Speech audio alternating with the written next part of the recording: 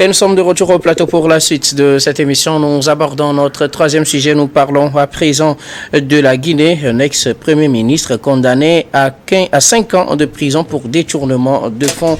L'ex-premier ministre guinéen Ibrahim Kasseri Fofana, premier ministre de 2018 à 2021 sous Alpha Condé, a été condamné ce jeudi à 5 ans de prison par la Cour de répression des infractions économiques et financières CRIEF de la Guinée. Il est accusé de détournement de fonds et des amendes également à l'appui 2 millions de francs guinéens d'amendes et 18 milliards de francs guinéens de dommages et intérêts à verser donc à l'État guinéen pour des détournements dans une affaire de 15 milliards de détournés, fonds destinés normalement à la gestion de la crise Covid et à d'autres programmes de développement. Ibrahim Kasseri Fofana n'a pas pu participer au procès pour son état de santé. Il serait en très mauvais état de santé selon ses avocats. Il n'a pas pu donc participer à ce procès qualifié de politique selon ses avocats qui comptent faire appel. Nous en parlons avec nos invités. Je commence par vous, Kokouvi Abaili Abassa. Il est la deuxième haute personnalité du pouvoir d'Alpha Condé à être finalement condamné avec cette CRIEF créée par les militaires avec le général Doumbouya depuis qu'il a pris le pouvoir. Ibrahim Kasseri Fofana est condamné à 5 ans de prison avec pratiquement 2 milliards de francs, 20 milliards, 18 milliards, excusez-moi, 2 millions et puis 18 milliards de francs guinéens à verser comme dédommagement pour l'État guinéen.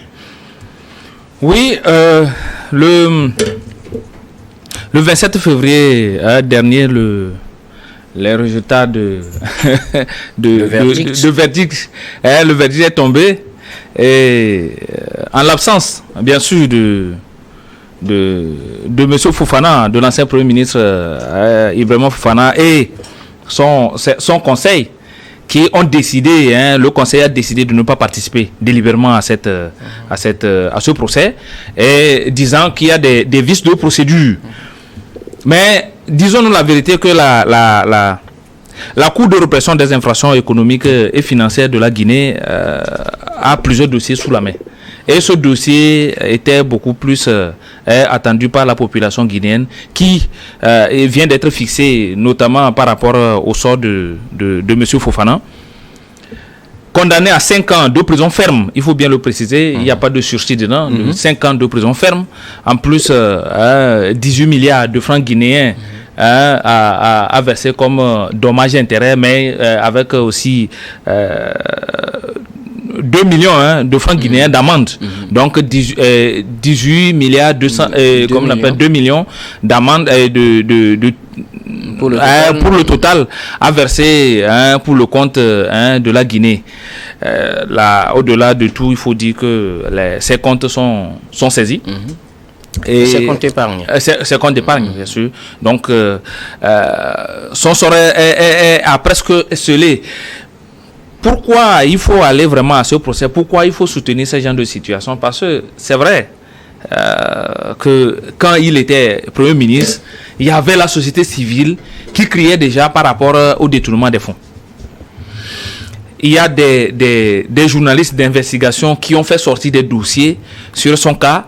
Et aujourd'hui, nous sommes un peu plus, nous avons un peu plus de précision par rapport à sa gestion. Les fonds de Covid étaient destinés pour gérer une crise. Et c'était des vies humaines qui étaient en danger. C'est toute une nation qui était bloquée. Et ce fonds, qui est un fonds qui est sorti des comptes de l'État, c'est-à-dire que l'argent de tous les Guinéens devait normalement servir pour gérer cette crise, mais d'autres personnes ont trouvé le vilain plaisir d'en détourner et aujourd'hui nous voyons la situation est vraiment, c'est difficile, c'est déplorable. Il est souffrant, il n'est même plus en prison puisque il est sous soin dans une clinique en Guinée. Il demande même une autorisation pour aller se faire soigner à l'étranger, sauf que le procureur auprès de la CRIEF a refusé de lui donner cette autorisation. Aujourd'hui, tous les Guinéens se disent qu'ils sont soulagés que les comptes de cet ancien Premier ministre seront saisis et qu'il va payer des dommages et intérêts pour ses fautes commises en son temps. Il n'est pas le seul. Il estime que ce n'est pas lui qui a géré les fonds et que normalement, il ne devrait pas être, du moins ses avocats, qui ne devraient pas être le principal accusé dans cette affaire. C'est vrai, c'est lui qui a été le Premier ministre à l'époque, c'est lui qui coordonnait la gestion de la riposte contre la Covid-19, mais que ce procès à son intention est un procès purement politique. J'aurais bien voulu que ces avocats participent à ce procès pour défendre leurs clients d'une façon claire avec les documents qu'il faut. Confronter le procureur aux éléments qu'ils ont à leur possession. Sauf que le procureur, dans son réquisitoire, a bien évoqué certains décaissements que le Premier ministre même aurait eu à faire avec des signatures. Donc, ces documents de la comptabilité ne sont pas détruits. Donc, les documents administratifs qu'il a eu à signer pour demander des décaissements des fonds sont toujours archivés. Donc, c'est au vu de ces éléments qu'il a été condamné. J'aurais bien aimé que ces avocats participent à ce procès pour pouvoir défendre leurs clients. Aujourd'hui, nous tous, nous disons que c'est vraiment dommage qu'on n'ait pas eu un débat contradictoire, donc des réquisitions à charge et à décharge par rapport à ce dossier, qui a eu beaucoup plus des choses à charge. Aujourd'hui, ils ont scellé le sort de leurs clients. Si je parle des avocats, je parle du conseil de monsieur Fofana. Donc, ces avocats ou bien son conseil a scellé son sort d'une manière ou d'une autre. Bien sûr qu'ils sont en train de dire qu'ils vont interjeter l'appel pour avoir, comment on appelle, un débat ou bien pour pouvoir défendre le mieux ce dossier. Ils ont, je pense, une dizaine de jours pour essayer de saisir la juridiction de droit pour pouvoir remettre ce dossier devant la justice pour être rejugé. C'est dommage que les avocats aient cette posture, mais pour la plupart des Guinéens aujourd'hui, ils sont soulagés que les fonds détournés lors de la gestion de M.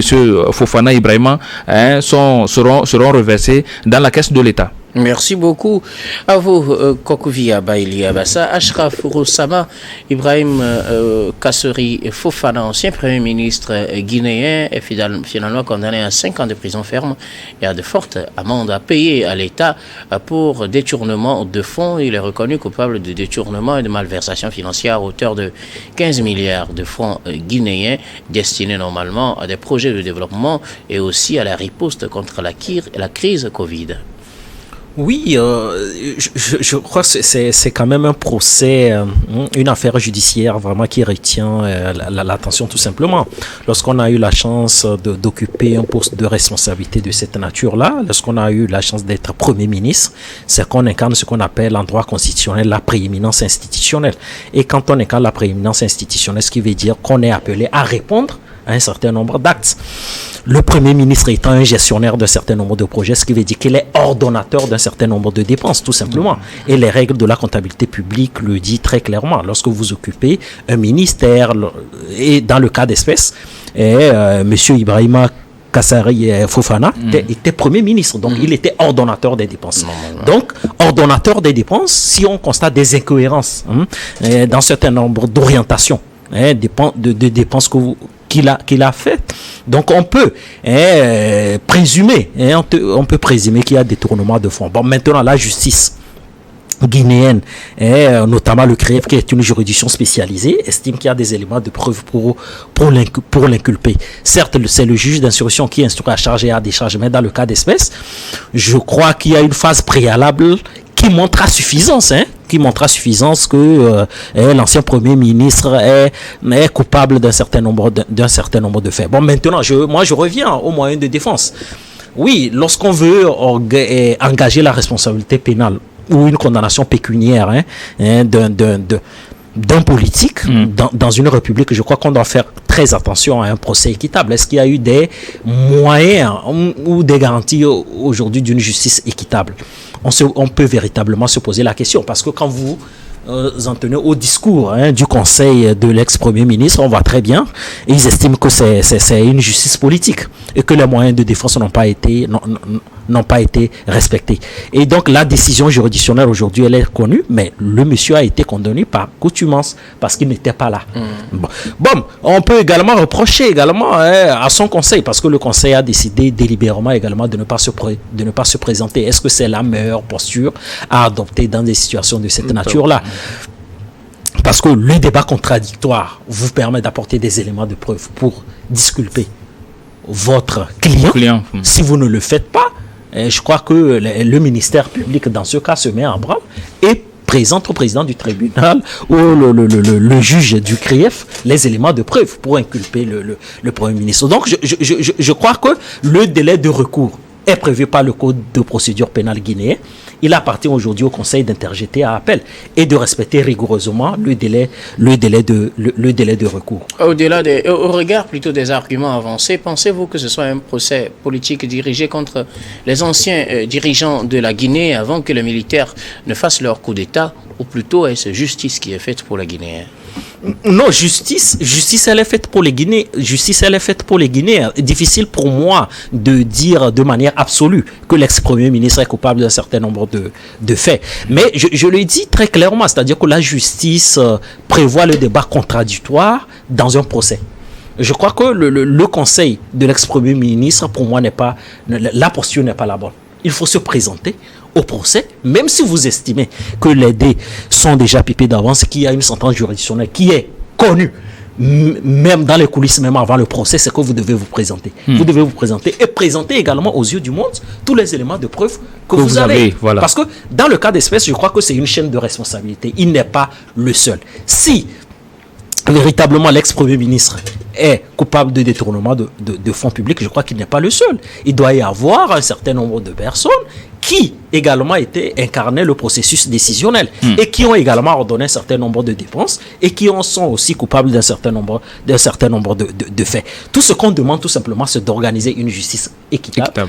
Qui permettra au conseil de l'ex-premier ministre également d'apporter des éléments de preuve. Parce que la charge de la preuve appartient à l'accusation. Aujourd'hui, le ministère public apporte des éléments de preuve pour incriminer l'ex-premier ministre. Il appartient à son conseil d'apporter des éléments de preuve pour le déresponsabiliser. Merci beaucoup, Ashraf.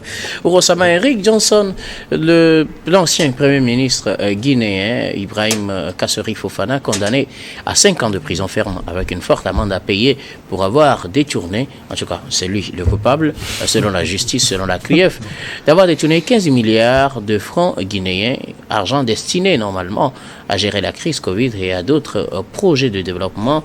Il estime, avec ses avocats, que c'est un procès politique dirigé contre sa personne. Oui, ils y passeront tous. Ouais, mais avec ce régime-là, je pense que tous ceux qui ont eu la malchance d'être pris dans les mailles de la police vont passer devant les tribunaux, seront condamnés à de lourdes peines.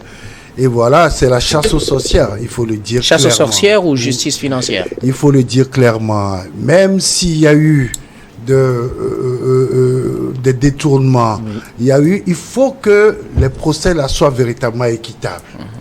Il faut permettre aux avocats de faire leur travail. Il faut donner cette liberté-là aux avocats d'aller et de revenir auprès de leurs clients, de pouvoir discuter, étayer leurs argumentaires et d'affronter maintenant la justice, et lorsque ils n'ont pas assez d'arguments, que leurs clients soient condamnés. Mais tel que ça se passe aujourd'hui, c'est des procès politiques, et comme je le dis, c'est une chasse aux sorcières. Moi, je ne sais pas, avec la situation actuelle, je ne vois pas quel opposant, c'est-à-dire un ancien collaborateur d'Alpha Condé, qui ne sera pas condamné. Lequel parmi eux? Eux tous, ils sont C'était nombreux, hein. Oui. Plusieurs dizaines à être énumérés et inculpés dans des affaires. dans des On affaires. attend leur procès à eux tous. Oui, c'est ce que je dis. Eux tous seront condamnés.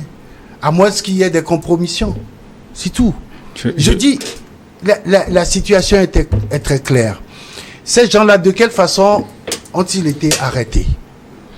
Quand ils ont été arrêtés, est-ce qu'ils ont eu recours tout de suite à leurs avocats? Je Non. rappelle que lui, il a été incarcéré depuis avril 2022. Oui, bien Voilà. sûr. C'est ce que je dis. Tous ceux qui ont été arrêtés sous le régime du... il est devenu général, n'est-ce pas? Ah ouais, général. Du général Doumbouya. Doumbouya. Façon dont c'est allé vite, il peut devenir même maréchal avant Ah de oui, partir. pourquoi pas. Et bientôt, dans la sous-région, on n'aura que des maréchals et Des généraux. Ouais, voilà. 5 étoiles. C'est ça, c'est ça. Et donc, tous ceux qui ont été arrêtés seront condamnés.